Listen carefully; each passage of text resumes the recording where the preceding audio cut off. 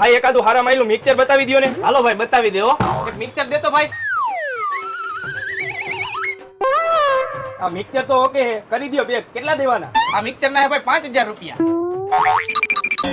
શેઠ થોડા પૈસા ઓછા લેજો, આ અમારા હગા છે. કાંઈ વાંધો નહીં, હાલો તમે એને 3500 રૂપિયા આપજો. 3500. શેઠ થોડોક ભાવ ઓછો લગાડજો, અમારા નજીકના હગા છે આવડા. એવું હે? કાંઈ વાંધો નહીં, આમાં અમારો 1 રૂપિયાનો નફો નહીં. 3200 રૂપિયામાં આવ્યું હોય ને તમે ખાલી 3200 રૂપિયા જ આપજો બસ. 3200 રૂપિયા એટલા બધા થોડા હોય? શેઠ આ અમારા બહુ વધારે હગા થાય છે, આટલો બધો ભાવ ન રાખો, થોડોક ઓછો રાખો. એવું હે?